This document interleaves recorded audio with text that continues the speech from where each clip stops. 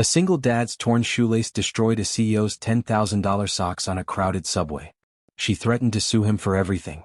He had no money, no lawyer, and a daughter to protect. But sometimes the poorest person holds the most power, and she was about to learn why. Before watching full story, comment below from where you watching. Also like and subscribe for more stories. Marcus Williams rushed through the crowded subway station, his worn backpack bouncing against his shoulder. In one hand he clutched his 7-year-old daughter Emma's small fingers, and in the other he held 3 job applications that could change their lives. The morning had already been a disaster. Emma's school lunch money was short again, their apartment's heating had broken during the night, and now they were running late for her school. "Daddy, my shoelaces are loose," Emma whispered, tugging at his jacket. Marcus knelt down quickly on the busy platform, his hands shaking slightly from stress and the cold. As he tied her bright pink sneakers, he tried to hide his worry behind a smile. "There you go, princess. Remember, after school, go straight to Mrs. Chen's apartment. I'll pick you up as soon as my interviews are done." Emma nodded, her big brown eyes full of trust that broke Marcus's heart. At 7 years old, she had already learned to be more independent than most children her age. Since her mother had left them 2 years ago, it had been just the two of them against the world. The subway train screeched to a halt, and the doors opened with a loud hiss. The morning rush crowd pushed forward like a wave, and Marcus lifted Emma into his arms to protect her from being trampled. As they squeezed into the packed car, Marcus felt someone step hard on his foot. "Watch where you're going," a sharp voice snapped. Marcus looked up to see a woman in an expensive black coat glaring at him. Her perfectly styled blonde hair didn't have a strand out of place, and her makeup looked like it had been applied by a professional. Everything about her screamed wealth and privilege. She was holding a designer handbag that probably cost more than Marcus made in 3 months. "I'm sorry," Marcus said quietly, adjusting Emma in his arms. "It's pretty crowded in here." The woman rolled her eyes and turned away, but not before Marcus caught her muttering something about people like him not belonging on the train during business hours. Marcus bit his tongue. He couldn't afford to start an argument, not when he had 3 job interviews lined up. He needed work desperately. Their savings had run out weeks ago, and the rent was already 2 weeks overdue. Their landlord had been patient, but that patience was wearing thin. 20 minutes later, the train lurched to a sudden stop at downtown station. The announcement crackled over the intercom, "Ladies and gentlemen, we're being held momentarily by train traffic ahead. We apologize for the inconvenience." The car was packed so tightly that people could barely move. Marcus felt Emma getting restless in his arms, and his back was starting to ache from holding her. He tried to shift her weight when the train suddenly jerked forward, throwing everyone off balance. In that moment of chaos, Marcus stumbled forward. His worn sneaker caught on the hem of the expensive woman's long coat. As he tried to steady himself, he heard a loud ripping sound. Time seemed to slow down as Marcus watched in horror. His shoe had somehow gotten tangled with the woman's coat, and in the confusion, he had accidentally torn what looked like delicate black fabric near her ankle. "What have you done?" the woman shrieked, loud enough for half the train car to turn and stare. Marcus quickly set Emma down and knelt to see the damage. His heart sank. He had torn what appeared to be expensive stockings or socks. The fabric felt incredibly soft and luxurious between his fingers. "I'm so sorry," Marcus said, his face burning with embarrassment. "I didn't mean to. The train jerked and I lost my balance. Please let me pay for the damage." The woman's face turned red with rage. "Pay for it? Do you have any idea what you've just ruined?" She pulled out her phone and started taking pictures of the torn fabric. "These are custom-made silk stockings from Milan. They cost $10,000. Marcus felt the blood drain from his face. $10,000?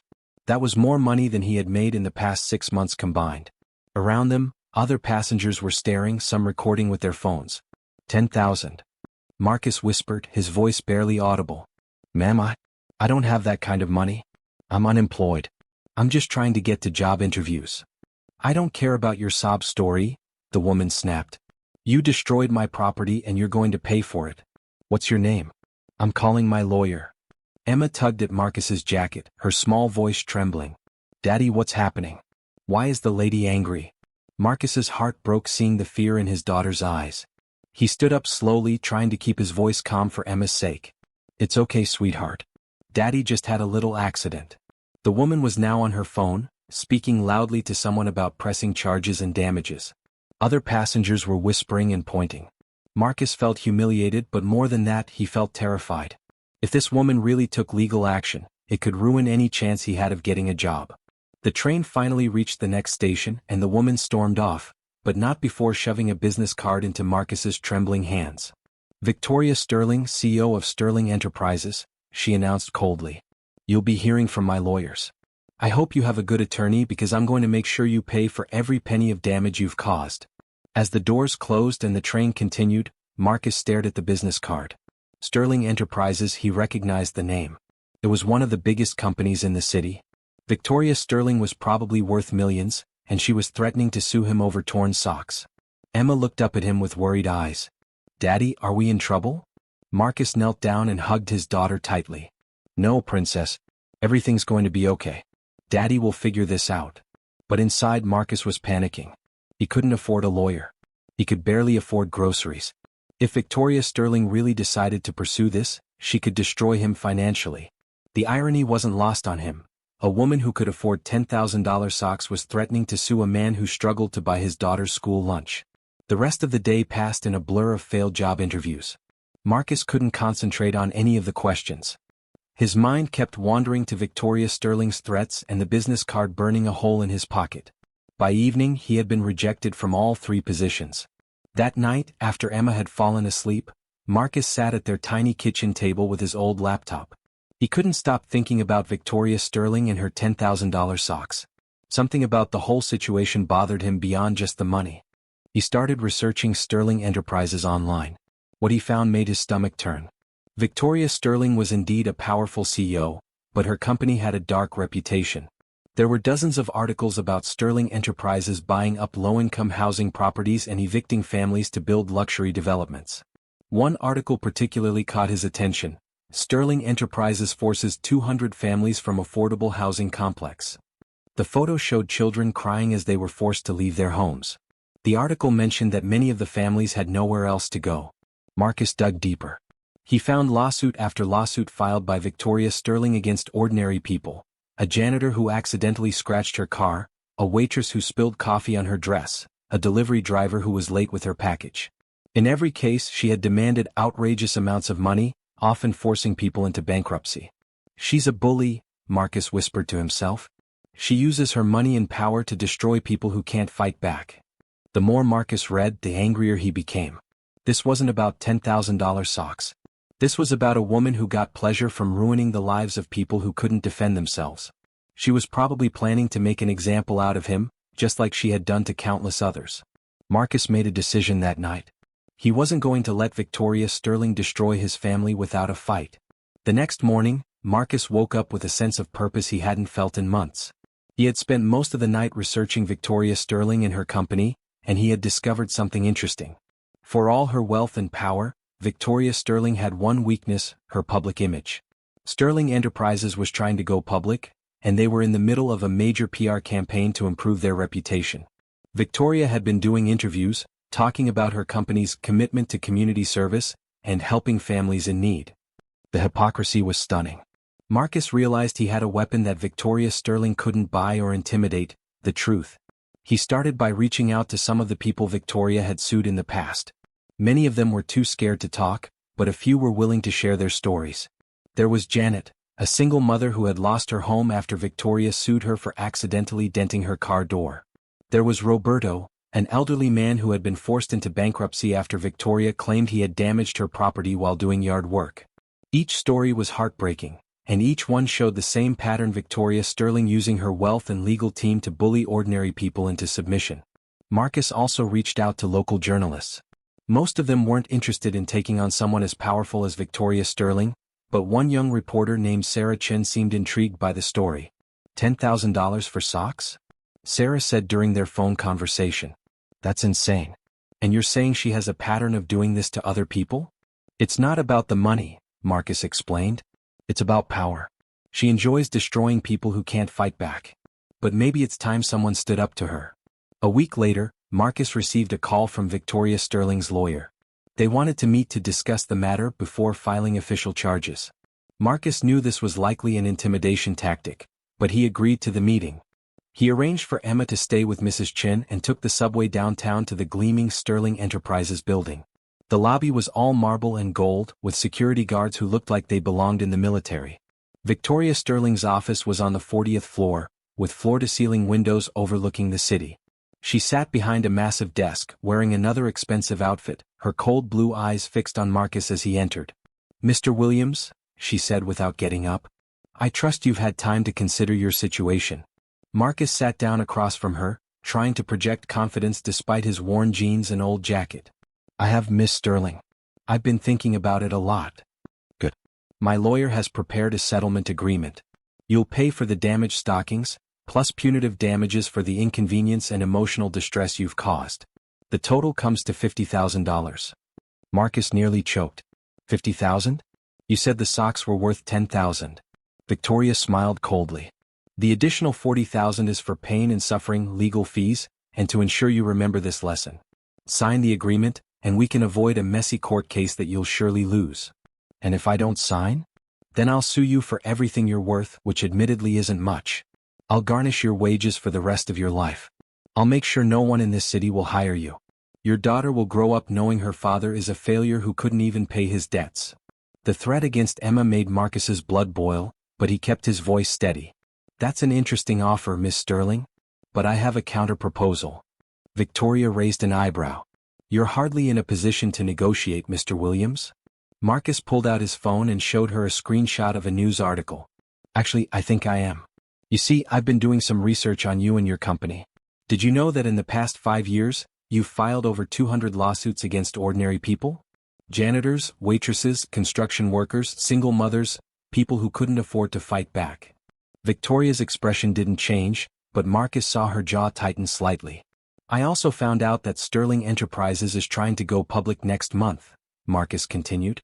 "I imagine your investors might be interested to know about your hobby of bullying working-class families. Especially since you've been giving all those interviews about your company's commitment to social responsibility." "You're threatening me?" Victoria's voice was dangerously low. "I'm offering you a choice," Marcus said. "Drop the lawsuit against me and I'll keep quiet about your pattern of harassment. Continue with this vendetta, and I'll make sure every newspaper, blog, and social media platform in the city knows the real Victoria Sterling." Victoria Sterling stared at Marcus for a long moment, her perfectly manicured fingers drumming on the desk. Finally she laughed, a cold, humorless sound. "You think you can intimidate me, Mr. Williams? I've dealt with much more dangerous people than you. A little bad publicity won't hurt me." "Maybe not," Marcus admitted. "But it might hurt your IPO. And your investors. And your board of directors. Are $10,000 socks really worth the risk?" Victoria's phone buzzed and she glanced at it. Her expression changed slightly. "Excuse me for a moment," she said, answering the call. "Yes? What do you mean it's already online?" Marcus watched as Victoria's face grew pale. She spoke in hushed, urgent tones to whoever was on the other end of the line. "Find out who leaked it," she hissed before hanging up. She looked at Marcus with new respect and suspicion. "It seems someone has already started talking to the press. An article just went live about my legal history. I don't suppose you know anything about that?" Marcus shrugged. "I told you I'd been doing research. Maybe other people have been too." The truth was, Sarah Chin had published her article that morning titled "The Sock Bully: How One CEO Uses Lawsuits to Terrorize Working Families." It included interviews with several of Victoria's previous victims and detailed her pattern of harassment. Victoria's phone rang again. Then again. Within minutes, she was fielding calls from angry board members, concerned investors, and damage control specialists. "This isn't over," she told Marcus between calls. "You have no idea who you're dealing with." But Marcus could see the cracks in her composure. For the first time, Victoria Sterling was facing consequences for her actions. Over the next few days, the story exploded across social media. #SockBully began trending, with people sharing their own stories of being bullied by wealthy individuals and corporations. Victoria Sterling's face was everywhere, and none of the coverage was flattering. Marcus received dozens of messages from people thanking him for standing up to her. But he also received some unexpected calls, including one from Victoria Sterling herself. "I want to meet with you," she said, her voice different from before, less commanding, more tired. "I don't think that's a good idea," Marcus replied. "Please. Not at my office. Somewhere neutral. There's something you need to know." Against his better judgment, Marcus agreed to meet her at a small coffee shop near Emma's school. When he arrived, he barely recognized Victoria Sterling. She was wearing jeans and a simple sweater, her hair pulled back in a ponytail. Without her expensive makeup and designer clothes, she looked younger and more vulnerable. "Thank you for coming," she said as Marcus sat down across from her. "What do you want, Miss Sterling?" Victoria was quiet for a long moment, staring into her coffee cup. When she finally looked up, Marcus was shocked to see tears in her eyes. "I want to tell you why I really do what I do," she said quietly. "And it's not what you think." Victoria Sterling's voice was barely above a whisper as she began to speak. "My name isn't really Victoria Sterling. It's Victoria Santos. I grew up in a neighborhood not far from where you live now. My mother was a single parent just like you. She worked 3 jobs just to keep us fed and housed." Marcus listened in stunned silence as Victoria continued. "When I was 8 years old, my mother was working as a cleaning lady for a wealthy family. One day she accidentally broke an expensive vase. The family sued her for $10,000, more money than we had ever seen. They garnished her wages, took our car, and eventually we lost our apartment." Victoria wiped her eyes with a napkin. "We ended up homeless. My mother was so ashamed, so broken by the whole experience. She started drinking to cope with the stress and humiliation. She died 3 years later in a car accident. She was drunk." "I'm sorry," Marcus said softly, unsure of what else to say. "I was put into foster care," Victoria continued. "I swore that when I grew up I would become powerful enough that no one could ever do to me what that family did to my mother. I changed my name, worked multiple jobs to put myself through college, and built Sterling Enterprises from nothing." "But why do you sue people?" Marcus asked. "You're doing the same thing that destroyed your family." Victoria looked away. "At first it wasn't intentional. The first few lawsuits were legitimate, people who had actually caused significant damage. But then I realized something. Every time I sued someone, every time I flexed my legal power, I felt in control. Like I was getting revenge for what happened to my mother." She turned back to Marcus, her eyes filled with pain. "But you're right. I became the monster that destroyed my family. I've been so focused on making sure no one could hurt me that I became the person who hurts others." Marcus sat in silence, processing Victoria's revelation. The woman across from him wasn't the cold, heartless CEO he had imagined. She was a broken person acting out of pain and trauma. "Why are you telling me this?" Marcus asked. "Because you're the first person who ever stood up to me," Victoria said. "Everyone else either fought back with lawyers or just gave up. But you found a different way. You showed me who I had become." Victoria reached into her purse and pulled out a check. "This is for $1 million. I want you to have it." Marcus stared at the check in shock. "I can't take this." "It's not charity," Victoria said quickly. "It's restitution. Not just for the socks but for all the people I've hurt over the years. People like you, people like my mother used to be." "What do you want in return?" "Nothing. Just, maybe you can help me figure out how to undo some of the damage I've caused." Marcus thought about Emma, about their unpaid rent, about all the job rejections and sleepless nights worrying about their future. The money would solve all their immediate problems and more. But something about the situation felt wrong. "I'll take the check," Marcus said finally. "But not for me. I want to start a foundation to help people who are being bullied by frivolous lawsuits. People who can't afford lawyers to defend themselves." Victoria smiled, the first genuine smile Marcus had seen from her. "I think my mother would have liked that idea." 6 months later, Marcus stood in the offices of the Santos Foundation, named after Victoria's mother. The foundation provided legal aid to people facing frivolous lawsuits from wealthy individuals and corporations. They had already helped over 50 families, including several of Victoria's former victims. Victoria had stepped down as CEO of Sterling Enterprises and dedicated herself to undoing the harm she had caused. She had personally reached out to every person she had sued over the years, offering restitution and apologies. "The Robertson case files are ready for review," Sarah Chin said, entering Marcus's office. The young journalist had joined the foundation as their communications director, helping to spread awareness about legal bullying. "How many families this time?" Marcus asked. 12.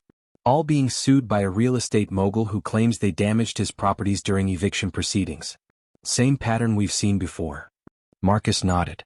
"Let's get our legal team on it. No one should have to face that kind of intimidation alone." The door opened and Emma bounded in, her school backpack bouncing on her shoulders. She was 8 now, and the stress lines that had once marked her young face were gone. "Daddy, Miss Victoria is here." Victoria Sterling followed Emma into the office, carrying 2 cups of coffee. She had become a regular visitor to the foundation, often bringing Emma small gifts or helping with homework. "How was the board meeting?" Marcus asked. "Good news," Victoria said, handing him a coffee. "The Sterling Enterprises board approved our proposal. They're donating $5 million to the foundation and implementing new policies to prevent frivolous litigation." Emma climbed onto Victoria's lap, something that would have been unimaginable a year ago. "Ms. Victoria, are you going to help us paint the community center this weekend?" "I wouldn't miss it," Victoria said, hugging the little girl. Marcus watched the interaction with amazement. The cold, ruthless CEO he had met on the subway had been replaced by a woman who was genuinely trying to make amends for her past. A year later, Marcus received an invitation that made him smile. Victoria Sterling was getting married to David Chin, Sarah's older brother who ran a non-profit helping homeless families. The wedding invitation was simple and elegant, nothing like the ostentatious display of wealth the old Victoria would have preferred. The wedding was held in the community center that the Santos Foundation had helped renovate. It was a small, intimate ceremony with just family and close friends. Emma served as the flower girl, beaming as she scattered rose petals down the aisle. During the reception, Victoria pulled Marcus aside. "I have something for you," she said, handing him a small wrapped box. Inside were a pair of socks, simple cotton socks that probably cost $5. "I thought you might appreciate the irony," Victoria said with a laugh. Marcus laughed too. "Much more practical than the $10,000 ones." "Marcus," Victoria said, her expression becoming serious, "I need you to know something. That day on the subway, it wasn't really about the socks." "I know. I was angry about a lot of things. I had just found out that David's family was being evicted from their apartment building. A building that my company owned. I was rushing to a meeting where I was supposed to approve the eviction orders." Marcus raised an eyebrows. "What happened?" "I called off the evictions. All of them. That's actually how I met David, when I went to apologize to his family in person." Victoria smiled. "He was so angry at first. He couldn't understand why someone like me would suddenly develop a conscience." "What did you tell him?" "The truth. That a single father and his daughter on a subway train had shown me who I really was. And who I could become." 2 years after the subway incident, Marcus Williams was named one of the city's humanitarian heroes by the mayor. The Santos Foundation had helped over 500 families and had inspired similar organizations in 3 other cities. Victoria Sterlington had used her business expertise to help the foundation grow, but she had also found personal happiness with David and had become a beloved honorary aunt to Emma. She often joked that $10,000 socks were the best investment she had ever made, since they had led her to a real family. Emma, now 10 years old, had started her own small foundation at school, collecting lunch money donations to help classmates whose families were struggling. She often told people that her daddy and Ms. Victoria had taught her that kindness was more powerful than money. The story of the torn socks had become somewhat of a legend in their community. It was told as an example of how a single moment of human connection could change everything, how standing up for what's right, even when you're afraid, could create ripples that spread far beyond what you could ever imagine. Marcus kept the $5 socks Victoria had given him as a reminder that the most valuable things in life, love, family, kindness, and second chances, couldn't be bought with any amount of money. And sometimes, late at night when he was tucking Emma into bed, she would ask him to tell her again about the day he accidentally tore the mean lady's socks and helped her remember how to be nice. "It wasn't about the socks, princess," Marcus would always tell her. "It was about giving someone a chance to become better than they were. Sometimes people act mean because they're hurt inside. And sometimes, if you're brave enough to stand up to them with kindness instead of anger, you can help them find their way back to being good." Emma would nod solemnly, and Marcus knew that she understood something important about the world, that everyone deserves a second chance, that kindness is stronger than cruelty, and that sometimes the smallest acts of courage can change everything. The $10,000 socks were never replaced. Victoria had donated the money she would have spent on luxury items to homeless shelters instead. Because she had learned that real wealth wasn't about what you could afford to buy, it was about what you could afford to give away. And in the end, a single father's accidental encounter with a CEO's expensive socks had torn apart more than just fabric. It had torn apart the walls around 2 damaged hearts and let the light back in.